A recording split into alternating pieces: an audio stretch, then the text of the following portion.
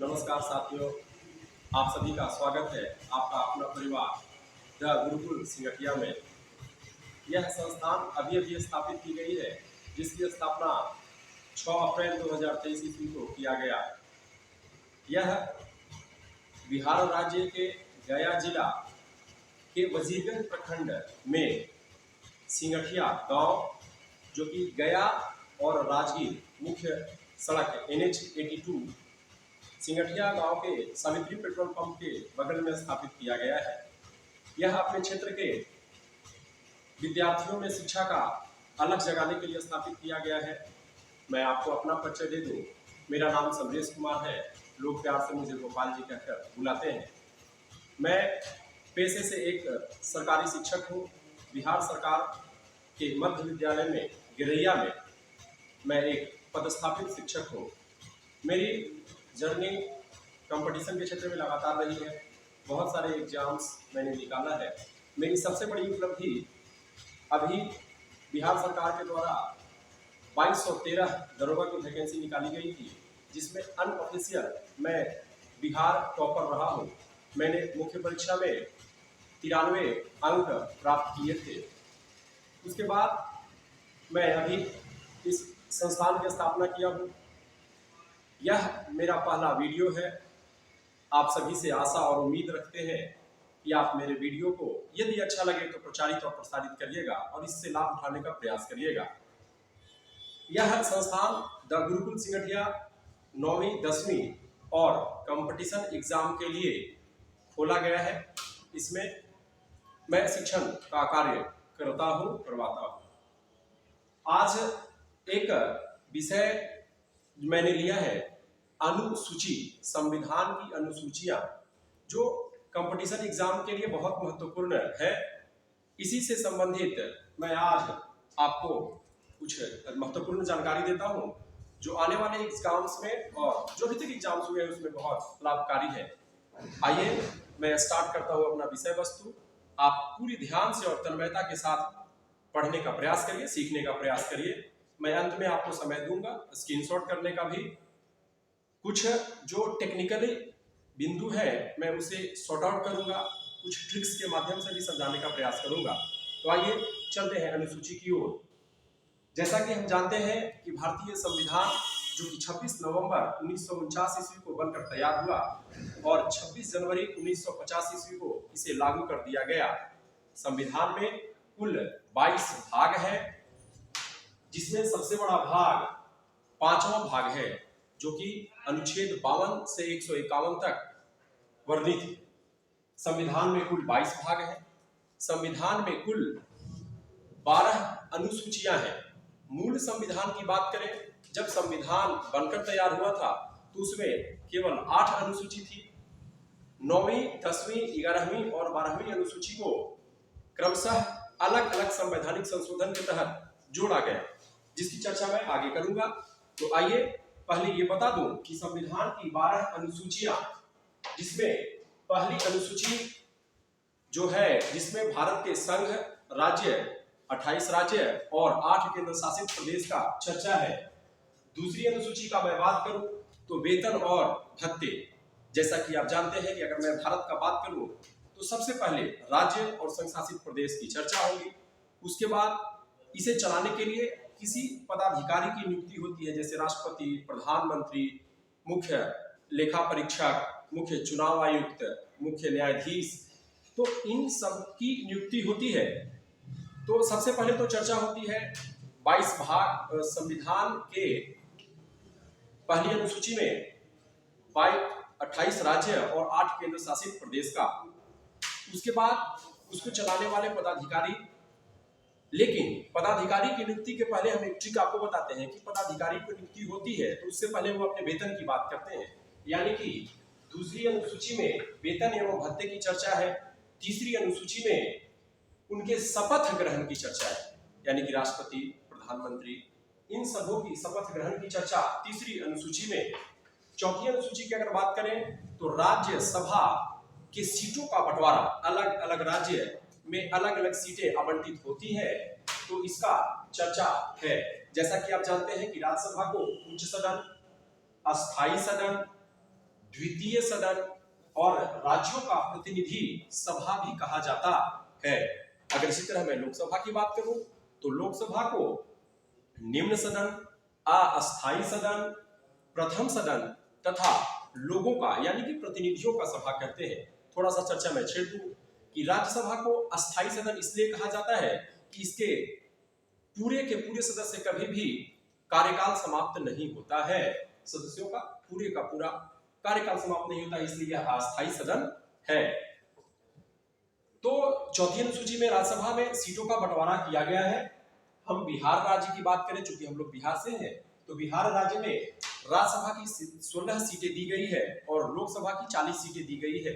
अगर मैं बात करूं उत्तर प्रदेश राज्य की, तो उत्तर प्रदेश में राज्यसभा की 31 सीटें जबकि लोकसभा की 80 सीटें आवंटित की गई है। आगे बढ़े तो पांचवी अनुसूची देखिए, 5 लिखते हैं ऐसे और एस लिखते हैं ऐसे, यानी कि 5 से बना एससी और एसटी, यानी कि पांचवा अनुसूची में एससी एसटी के प्रशासन की चर्चा की गई है। छठी अनुसूची में उत्तर पूर्वी राज्य, कुछ विशेष राज्य हैं, उनमें जनजातियों के प्रशासन की चर्चा की गई है। उनमें 4 राज्य हैं, चारों राज्यों का मैं ट्रिक बता दूं। आमी मैत्री,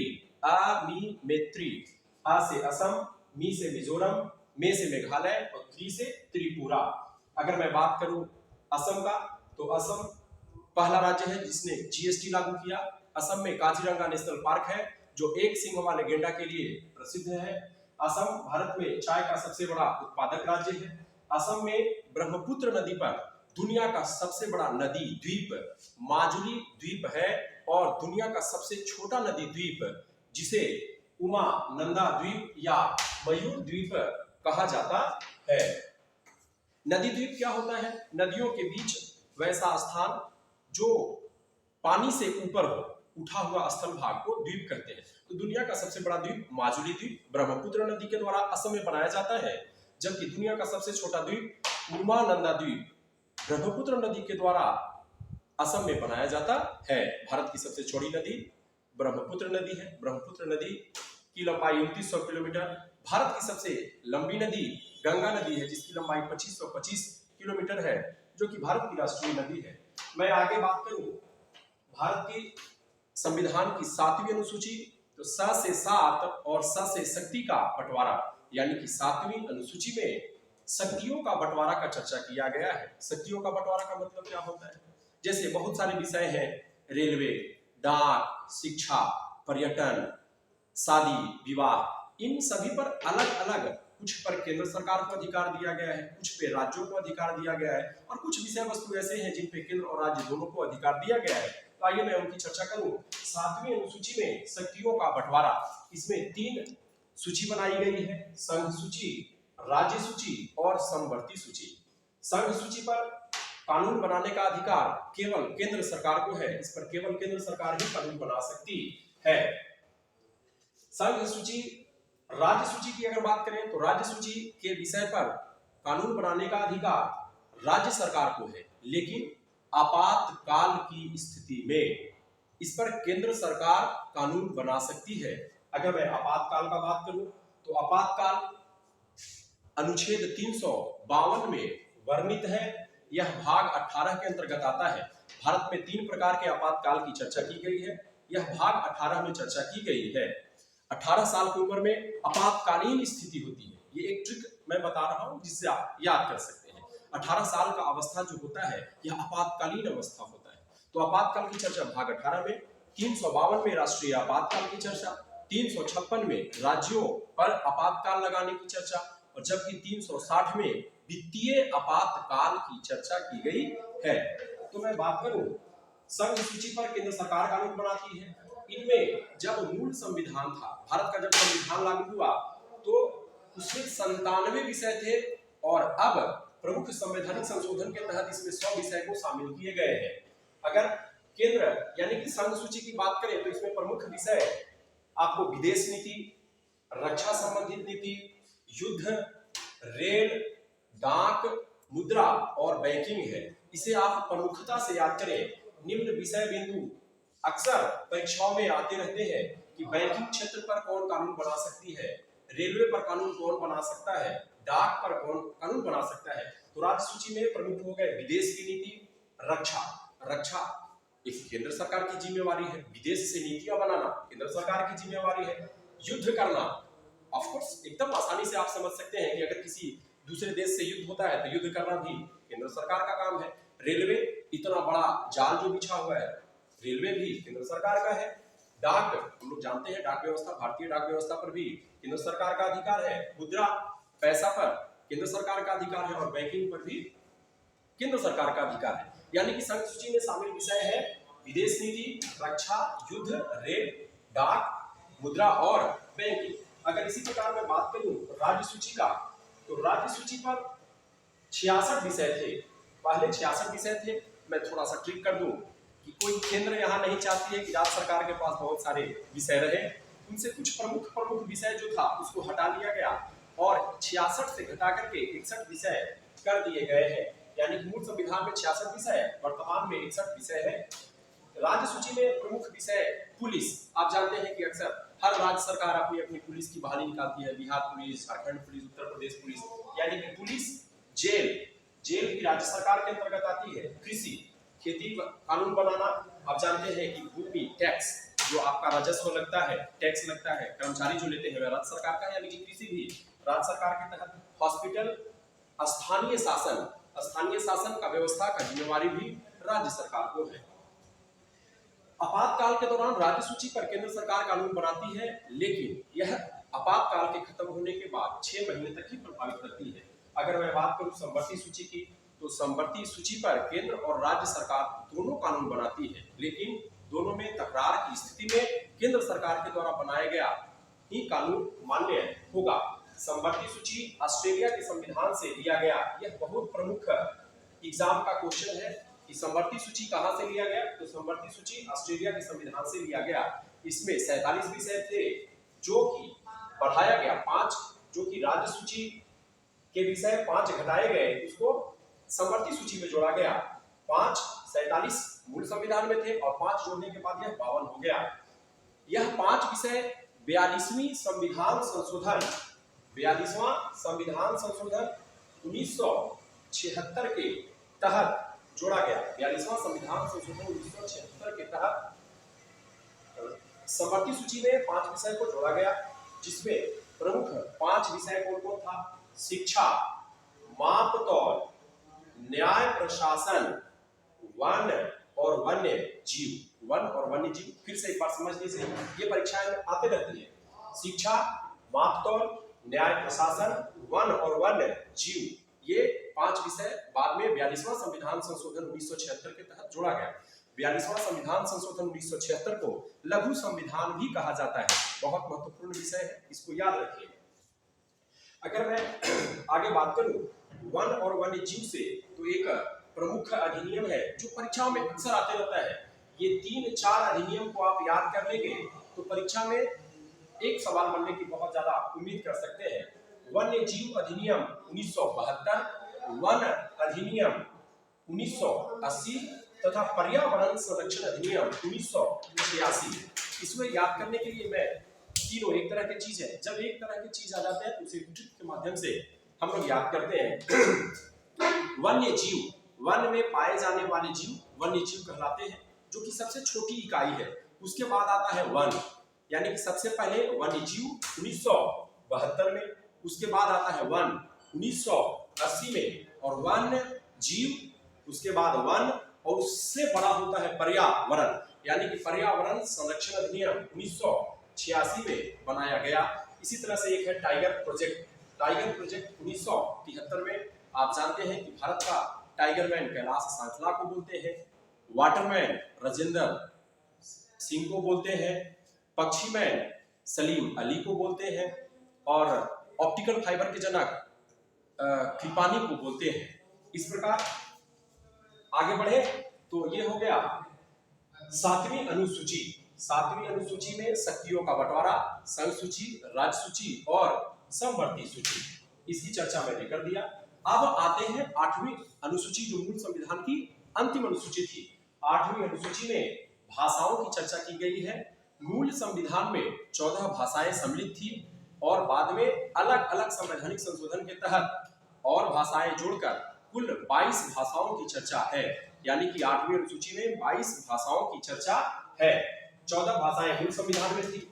15वीं भाषा सिंधी को जोड़ा गया। 15वीं भाषा सिंधी को जोड़ा गया 21वां संविधान संशोधन 1967 के द्वारा। फिर जोड़ा गया 16, 17 और 18वीं भाषा नेमको नेपाली, मणिपुरी और कोंकणी। यह 71वां संविधान संशोधन 1992 के तहत जोड़ा गया। और 19वीं, 20वीं, 21वीं और 22वीं भाषा जिसे हम एक ठीक मैस वो डो, मै से मैथिली, स से संथाली, वो से बोडो और डो से डोंगरी भाषा को 92वां संविधान संशोधन 2002 के तहत जोड़ा गया। यह परीक्षा के लिए अति महत्वपूर्ण, जहरीला, खतरनाक सवाल है। इसे मैं फिर से याद करवाना चाहता हूँ। जैसे आपसे कोई चंदा मांगने आया, अब वो जमाना नहीं रह गया कि आप 11 रुपए का चंदा दे देंगे, या 11 रुपए का चंदा दे भी सकते हैं, लेकिन अगर अच्छा भाषा का प्रयोग करें। भाषा का मैं चर्चा इसलिए कर रहा हूँ कि 8वीं अनुसूची में भाषा की चर्चा है, 22 भाषा। तो अच्छे भाषा का इस्तेमाल करें, अच्छा बोली बोले, तो अच्छा भाषा सुन करके आप 11 रुपया नहीं बल्कि 21 रुपया का चंदा दे सकते हैं। यानी कि जो पहला संवैधानिक संशोधन के तहत जो इसमें भाषा जोड़ा गया, यानी कि 15वीं जो भाषा जोड़ी गई 21वां संविधान संशोधन के तहत, यानी कि हम चंदा काटते हैं तो 21 रुपया का चंदा काटते हैं।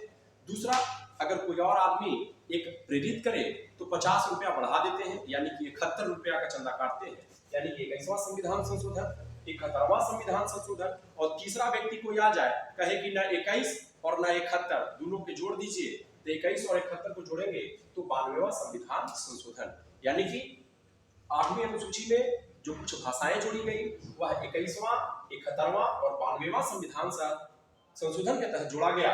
21वां संविधान संशोधन 1967, 71वां संविधान संशोधन 1992, जबकि 92वां संविधान संशोधन 2002।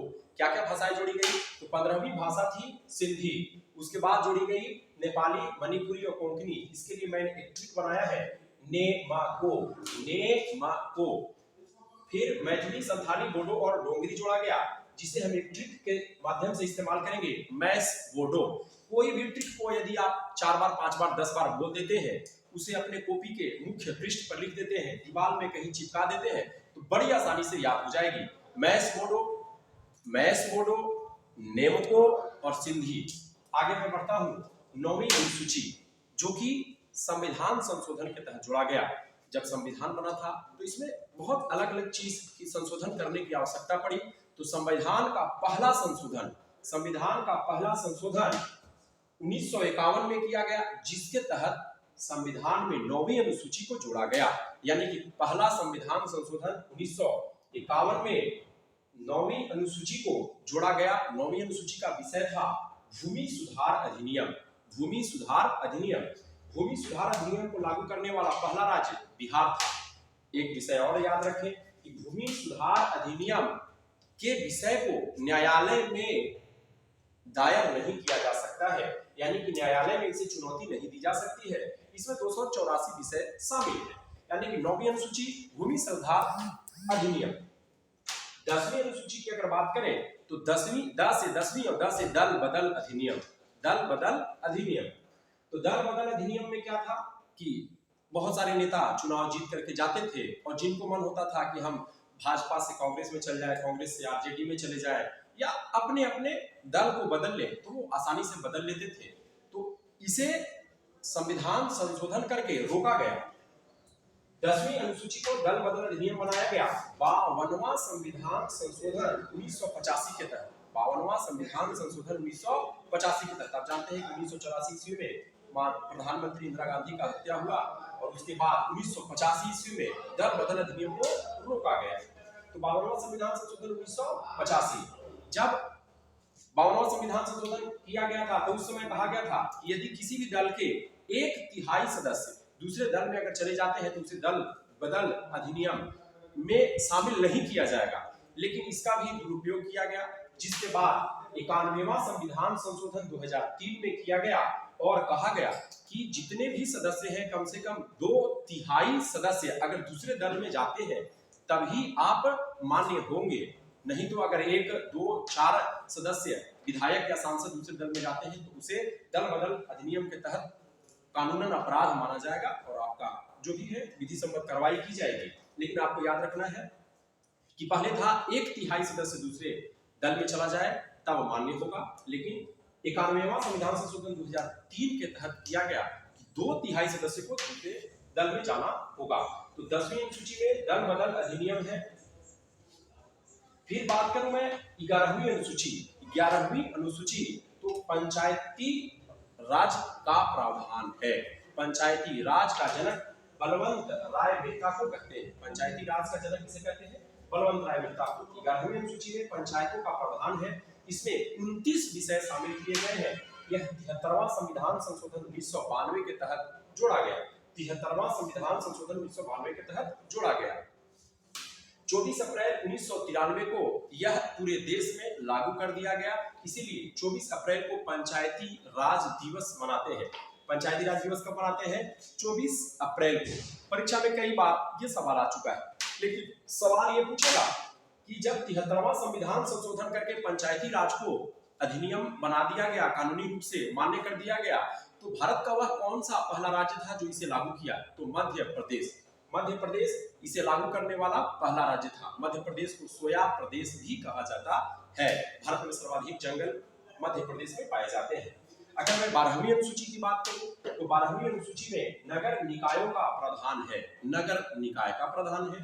इसमें 18 विषय शामिल किए गए हैं। इसमें 18 विषय शामिल किए गए। ये दोनों महत्वपूर्ण है। पंचायती अधिनियम में 29 विषय, जबकि 9 और 2 11। ऐसे आप याद कर सकते हैं कि 9 और 2 यानी कि आप जोड़ दें 2 + 9 = 11 और 11 से हो गया 11वीं अनुसूची। 11वीं अनुसूची और 8 और 1 9 यानी कि 12वीं अनुसूची में 18 विषय है। ये परीक्षा में सवाल आते रहते हैं, जिसे 74वां संविधान संशोधन 1992 के तहत जोड़ा गया। इसमें नगर निकाय का प्रावधान है। थोड़ा सा मैं पंचायती राज का चर्चा कर दूं। पंचायती राज को सबसे पहले भारत में राज्य स्थान के नागौर जिला में उस समय के वर्तमान प्रधानमंत्री पंडित जवाहरलाल नेहरू के द्वारा 2 अक्टूबर 1959 को लागू किया गया था। 2 अक्टूबर 1959 को पंडित जवाहरलाल नेहरू के द्वारा राजस्थान के नागौर जिला में पहला पंचायती राज लागू किया गया। लेकिन सवाल ये पूछता है कि दूसरा पंचायती राज लागू करने वाला राज्य कौन बना? तो आंध्र प्रदेश।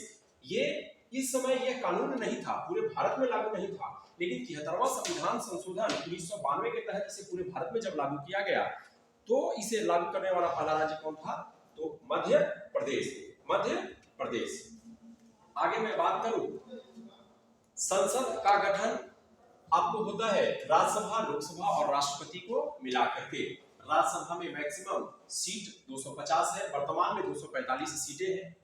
लोकसभा जो हम बता चुके हैं आपको कि लोगों का यानी कि प्रतिनिधियों का सभा, प्रथम सदन, निम्न सदन, अस्थायी सदन। अस्थायी सदन इसलिए इसे कहते हैं कि इसके सभी सदस्यों का 5 वर्ष के बाद कार्यकाल समाप्त कर दिया जाता है, यानी कि लोकसभा एक समय में शून्य हो जाता है। तो यह अस्थायी तो लगातार बना नहीं रहता है, तो इसलिए इसे अस्थायी सदन कहते हैं। इसमें मैक्सिमम सीटें 550 है, वर्तमान में 543 सीटें, जिसमें 2 एंग्लो इंडियन का वर्णन था जिसे हटा दिया गया। अगर यहाँ जब बात हुई है भाषा की, जो कि 8वीं अनुसूची में 22 भाषाओं की चर्चा की गई है, तो मैं भाषा से संबंधित आपसे बात कर लूं कि दुनिया में सर्वाधिक बोली जाने वाली भाषा मैंदारिन भाषा है, जिसे चीनी भाषा कहते हैं। दूसरे नंबर पर अंग्रेजी और तीसरे नंबर पर भारतीय हिंदी भाषा है। यानी कि दुनिया में सबसे ज्यादा बोली जाने वाली भाषा मैंदारिन जो चीन की भाषा है, दूसरा अंग्रेजी और तीसरा हिंदी है।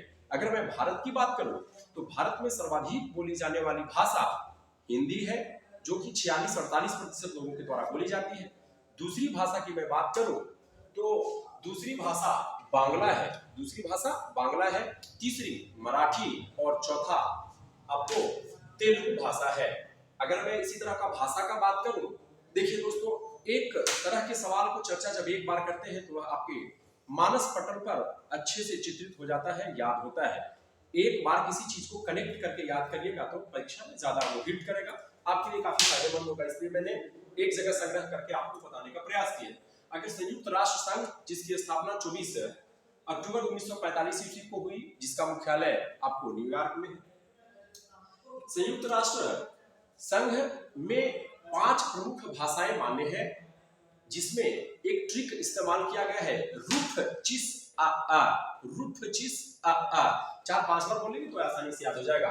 रू से होता है रूसी, फा से होता है फ्रांसीसी, ची से होता है चीनी, आ से होता है सा से होता है स्पेनिश, आ से होता है अंग्रेजी और आ से होता है अरबी। यानी कि रूफ चिस आ रूसी, फ्रांसीसी, चीनी, स्पेनिश, अंग्रेजी और अरबी। आप जानते हैं कि रूस देश जिसमें 11 अंतरराष्ट्रीय तिथि रेखा गुजरी है, जिसका अगर मैं बात करूं तो सर्वाधिक देशांतरीय विस्तार रूस का है। लेकिन यदि मैं अक्षांशीय विस्तार का बात करूं तो सर्वाधिक अक्षांशीय विस्तार चिली का है, चिली का जो दक्षिण अमेरिकी राज्य है।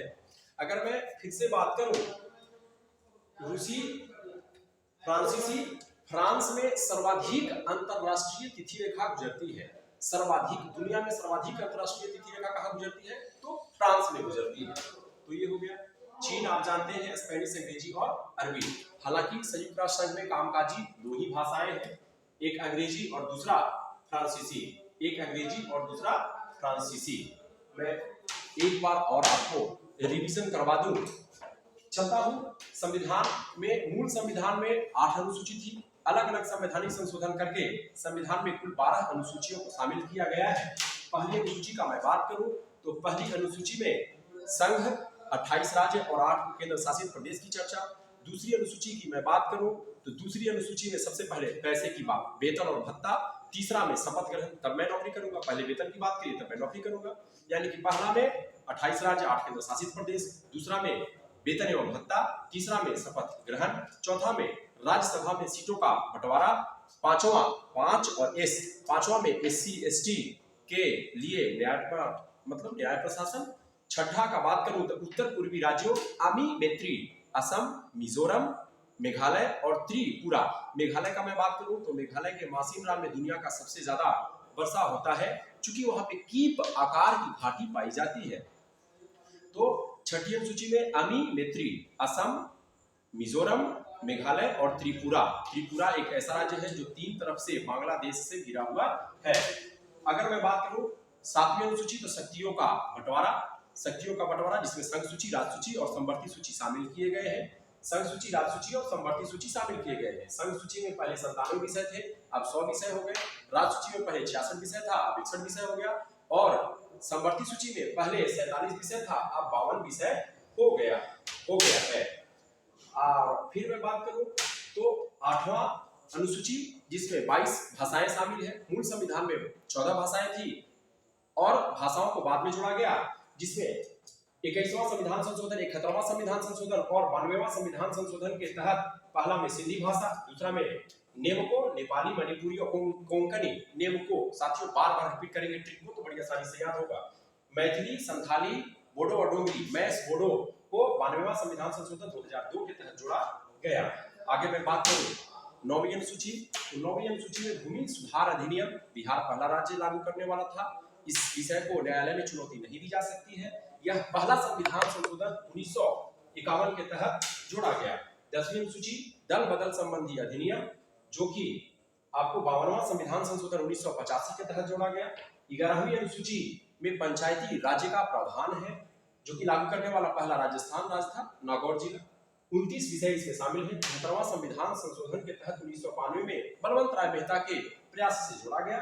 इसलिए बलवंत राय मेहता को आपको पंचायती राज का जनक कहते हैं। और 12वीं अनुसूची नगर निकायों का प्रावधान, 18 विषय इसमें शामिल है। 74वां संविधान संशोधन 1992 के तहत जोड़ा गया। 24 अप्रैल को पंचायती राज दिवस मनाते हैं। तो दोस्तों, मैं आपको बताने का प्रयास किया अनुसूची के विषय पर। अनुसूची को मैं अच्छा से चर्चा करने का प्रयास किया। मैं चाहता तो शॉर्ट में भी इसे बता सकता था, लेकिन कुछ अलग अलग पॉइंट को मैंने जोड़ने का प्रयास किया है, जो कि परीक्षा के दृष्टिकोण से बहुत महत्वपूर्ण होते हैं। मैं जनरल कंपटीशन में बहुत दिन से एग्जाम दे रहा हूं, बहुत अच्छा परफॉर्मेंस भी किया। आपको मालूम है कि बिहार दरोगा में मैं जब 100 में 93 लाया, तो कुछ तो ट्रिक से तैयारी किया होगा। मैं उन सब ट्रिक को आपके सामने प्रस्तुत करने का प्रयास करूंगा। ऐसे ही वीडियो लगातार लाने का प्रयास करूंगा। यह मेरा पहला वीडियो था, तो दोस्तों आपसे आशा करेंगे अगर अच्छा लगे तो इसे लाइक, शेयर और सब्सक्राइब करिएगा। द गुरुकुल सिंगठिया यूट्यूब चैनल और टेलीग्राम चैनल से भी आप जुड़ सकते हैं। सभी को धन्यवाद। अगर कोई तरह का परेशानी हो, प्रॉब्लम हो तो आप कमेंट बॉक्स में जरूर बताने का प्रयास करिएगा। सभी को धन्यवाद, नमस्कार, ऑल द बेस्ट। अच्छे से तैयारी करिए, लगे रहिए। धन्यवाद।